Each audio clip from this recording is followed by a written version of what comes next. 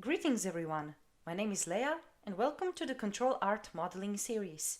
In previous video we've set up the Maya layout, enabled outliner and polycount display, and we placed the references into the scene. In this video we're going to start with the modeling of the upper body. I am working in program Autodesk Maya 2019, but you can also model in all the versions with no major problems. You can find and download all the resources of this lesson in the link in the description. Without further ado, let's go right into the modeling. First, let's create a cylinder. You can create one by selecting its icon on Modeling Shelf or going to Create and selecting Polygon Primitives. When you create the cylinder, click on Polycylinder under Inputs in Layer Editor. Let's change the settings a bit. Change the number at subdivision axis to 8, subdivision height to 5, and subdivision caps to 0. Make sure to not change the numbers under inputs after you change the shape of the cylinder, because doing that will destroy its shape. Also, if you delete history from that object, the inputs will disappear, so keep this in mind. Now, as we've set the numbers, we can delete the top and bottom cap because we don't need them. You can quickly select between components being the vertices, edges or faces, while holding right-click and then releasing the mouse on the one you wish to select. Or you can select components by going to Modeling Toolkit and selecting it there. I'll mostly use the right-click method because it's the fastest, but you can do however you wish. Let's switch to two view panels. By default, the left one should be the front view panel, but if it's not, hold space and left click at the same time. Then move your mouse to front view and release the buttons. You can also change it to different views at any time. We want to move the pivot point to the bottom of the cylinder because it will be much easier for us to scale the mesh this way. You can do this in different ways. You can press shortcut D to select it, or go to Modeling Toolkit and under Move Settings, you can select option Edit Pivot. Or you can select Edit Pivot in Tool Settings. Now that we have pivot point selected, let's snap it to the bottom. In the status line, there is a function called Snap to Points. If enabled, it will always snap selection to vertices or points if you're working with curves. You can also hold V to activate it. Hold V and move the pivot point to the bottom of the cylinder. Then press D or W to deselect it. Move the cylinder where the bottom of the jacket starts and scale it on all axes, then only in height, up to his shoulders. As you've noticed by now, it's pretty hard to see the sketch behind the mesh. That's because we are in Shaded Display, which is the default display in Maya. To go to Wireframe Display, press 4. 5 is for Shaded and 4 is for Wireframe. Switch between them often. To return back to the jacket, double-click its second edge loop from top to bottom and move it to the armpits. Adjust the middle one so it's in the middle of the shoulders. Move others a bit as well so that they are evenly spaced. After this, let's form the edge of the jacket. In front view, hold left-click and drag the mouse to select both vertices, the front and back one, and move them downwards. Do this for the entire edge. Check the model around in perspective view to check if we are grabbing the right vertices. You will see that the model matches the front but not the side view. That's mostly because you should select one reference as the main one while the other serves as a guideline. Select the reference that expresses the character the best as the main one. Scale the edge loops in front view only on X-axis. Press R to scale. Then go to side view and scale the edge loops on Z-axis. Move them around as well to get better shape. When done, go and select the edge loop at the top where his neck is going to be. We want to rotate it slightly forward to follow the shape of the spine, because spine isn't straight, it kind of bends in S shape. Let's extrude it. To extrude, press Ctrl E or go to Modeling Toolkit and select Extrude option there. Adjust this edge loop to his neck. So scale it, move it, and make sure you're checking the side view if it's in a good position. Now we will form shoulders. Select these 4 faces on the left side of the model and extrude them. Pull them out, then delete them. We don't need them as we will create arms separately and connect it to the jacket. Slide the vertices a bit to the neck for a nicer shape of the shoulder blades. We don't want to move the vertex because then we will change the shape. We want to slide it along the edge. To slide, either hold Ctrl-Shift in edit mode and slide them, or go to Modeling Toolkit to Transform Constraint and select Edge Slide, then move Vertex. Let's slide them a bit at the top and bottom, then turn off the function. For the next step, we want to delete the right side of the jacket. That's because we will mirror the left side to the right side when we will create the arm and connect it to the hole we've just made. Now create another cylinder for the arm. Go to Inputs and change the numbers at Subdivision Axis to 8, Subdivision Height to 6 and Subdivision Caps to 0. Delete the top and bottom cap. Then move the pivot point to the bottom. Move the cylinder to where the arm connects to the shoulder and rotate it a bit so that it matches the position. We want to scale the arm, but because it's rotated slightly, it will deform. That's because by default, the pivot orientation is set to the world. So the object or mesh will always rotate, scale or move to the world's axis. We want to scale the cylinder according to its position, or in this case, rotation. To do so, we need to change the pivot's orientation. To change pivot orientation, we can do so by holding the function in which you wish to change it. In our case, we will hold R, the scale shortcut, and left click. Then you can select which orientation you want. The object orientation takes information from the channel box. You can also change orientation in Tool Settings as well as in Modeling Toolkit. Let's change the orientation to Object. Scale down the arm on all axes, then scale it in length. In Edit mode, scale the edge loops to match the size of the sleeve. To move and scale them, change the pivot's orientation to Object. Move the edge loop to form the edge and the shoulder bits of the sleeve. Add some more edges into the shoulders. In Modeling Toolkit, select Multicut and enable Edge Flow. Hold Ctrl-Shift and insert New Edge Loop with left click. Then press Enter to confirm it. Scale it up to get some puffiness. Now select the middle edge loop and slide it to the black line that is in the reference. Select the 2 nearby edge loops and also slide them closer. We will need these 2 to form the elbow. Add more edge loops with multicut into the arm if you want to give it more shape.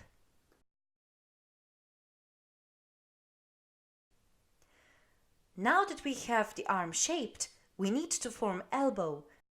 The faces at the outer part of the elbow will stretch and the inner faces will squish as the boy will move and bend his arms.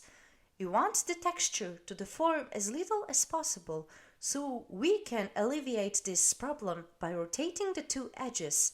Remember when we slid the vertices on the shoulders about? Well, you can not only move, but you can also rotate edges in this manner. To rotate them while keeping arm shape, hold Ctrl-Shift in Edit mode while rotating to activate Slide. Rotate these 2 edge loops in a way that inside they are closer, while outside they are further apart. Move the elbow edge loops backwards and scale them inwards just slightly. When the arm is finished, we need to create the insides of the sleeve. We need to create it because the sleeve will go slightly over the hand, or in other words, we will attach the hand in the middle of the forearm. Hold left click and drag the mouse to select the edge of the sleeve, then go to Edit Mesh and select Duplicate. Now we have the new mesh, but the pivot point is still at the original point. To reset it, click Center Pivot in the modeling shelf or go to Tool Settings and select Reset at Move Settings. Now that we centered the pivot point, let's scale the new part of the sleeve by its height and width, but not its length. We want to keep the positions of edge loops because when animating, we don't want the inside parts of the sleeve poking out by accident when arm moves. It's not a big problem in this part, but if we are not careful at the joints, we might have problems that we really don't want. Before connecting these two parts of the sleeve, we need to turn the faces of the inner part of the sleeve the other way around, so that they are facing us. So, select the mesh, then go to Mesh Display and select Reverse. Now we need to combine them into one object. Select both of them with Shift and left click and go to Mesh and select Combine. Now we have one object as needed. In Edit mode, double-click on both edges and use Bridge in Modeling Toolkit.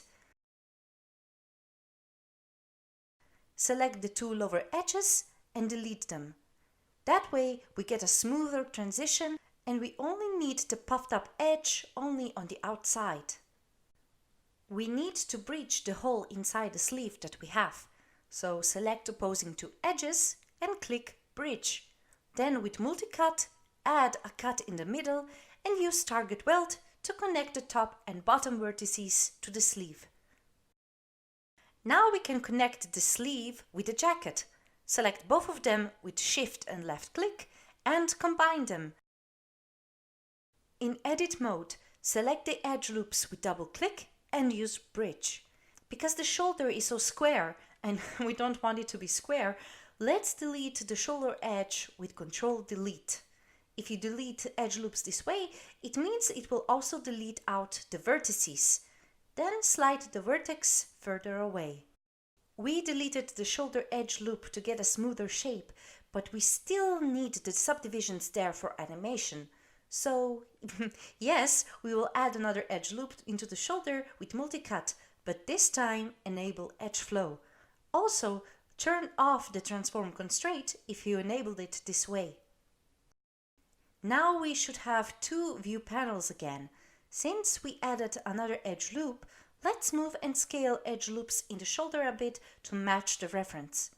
Add edges with Multicut if you need them. Move pivot point if you have problems with scaling. When you're finished with the jacket, mirror it to the right side. We need to move the pivot point, freeze the object, and delete its history to do that. First, we need to move pivot point of the jacket to the jacket's middle edge. Select it with D, then snap it. Now, let's make sure to look at channel box to see if the object's attribute values are unchanged, or in other words, to see if Translate and Rotate are set to 0 and Scale is set to 1. If those numbers are changed in any way, we need to freeze them. So, in order to freeze the object, select it, then select Freeze Transformation in Modify. Let's delete the object's history as well. Go under Edit, and since we have only one object in the scene, we can go under Delete All by Type and select History. Now that we moved the pivot, froze the object and deleted its history, let's go to Mesh and open the options of the mirror. Click the little square to open them. First things first, click Reset Settings. This way you and I will have the same settings, and it's a good habit to always reset them, especially if you're working on more projects at the same time or sharing computer with other people. We will leave most of the functions alone, except two things: mirror axis and mirror direction. If we look at the axis indicator down below, we know we want to mirror it over x-axis. But is it in a positive or a negative way? Well, you can move the mesh to the right a little bit and then check the channel box. Look at Translate X and we can see the number goes into positive. So select plus in mirror direction. Make sure the object is back in the original position before applying the mirror. After this, we should see the mirror of the mesh on the right. Oh no, but we don't have it. But we know the mirror was applied, so where is it? If it's there, we just don't see it. If you cannot see it, like me, then set Cut Geometry to Off. The vertices in the middle have merged a bit too much, so let's also set the merge threshold to something much smaller. Set it to 0.1. If the polymirror window disappears, you can still access it under Inputs. Just make sure to not delete history if you want to access it. Now that we have a jacket, give the jacket some more divisions. Let's use Multicut for this. Enable it, set Snap Step to 50% and enable Edge Flow. Add 2 cuts to the front, 2 at the back, 2 to the chest, then 2 into the arms each. Now we can finally start working on the color. Let's switch to 2 view panels. We will mostly work in the front view. Add another edge loop into the neck area with Multicut while holding Ctrl-Shift to activate Snap Step. Lift the entire neck edge loop a bit and scale it to match the size of the jacket opening. We will start cutting with this edge loop serving us as the base. Now enable Symmetry to Object X, enable Multicut and disable Edge Flow. We will start from the side and the middle of the neck downwards to the chest. So cut the shape following the left side. Let's slide the created vertices to get a nicer shape of the jacket. Now that we cut in the shape, we need to clean it up. You can see we have quite a few n-gons and triangles, and we would like to change them into quads. I will do this by adding another cut into the shirt area vertically. After the cut, let's slide vertices so they are more equally spaced. Push these outer vertices to the edge using Target Weld. Delete this edge and slide vertices to get more of a circular shape. Now we have triangles at the bottom. I'll insert a new cut like so, and we can delete out the neighboring edge. Slide the bottom vertices a bit higher, and there we go. We fixed the shirt part. Move to the outer part of the jacket. We will start with cutting the collar part of the lapel, so enable Multicut with Edge Flow on and cut from the middle of the shoulder towards the back. Make sure that they follow the shape of the lapel, so now that we have the back part, we can also do the front. We will continue from the vertex and make cuts for the upper then lower part. So enable Multicut but disable Edge Flow. Because we cannot end the cut on the face, it has to end at a vertex. We will continue the cut back up. Now let's continue from this vertex and cut the shape of the lower part. You can see that at the lower lapel part, boy's left side of the jacket goes over the right one, so we will turn off symmetry for this. Cut in the edge of the left lapel. We have one vertex that we would like to move. If we try to slide it on edge, it will, well, we won't be able to move it very far. So for this one, instead of sliding it on the edge, enable Surface Slide at Transform Constraint and then move it. So here we go. We have the shape. So now let's clean n-gons and triangles again. Make sure you've enabled symmetry back on and pay attention to keep the border edges. Also, try to keep horizontal edge loops intact. Don't move them as much as you can. You can connect vertices either by using Multicut or using Connect. Don't be afraid to add edge loops or two into the chest horizontally if you need it. I'll speed up the process a bit as you need to take time, but this is the result of after. Well, this is it for the part 1. I hope to see you soon in part 2.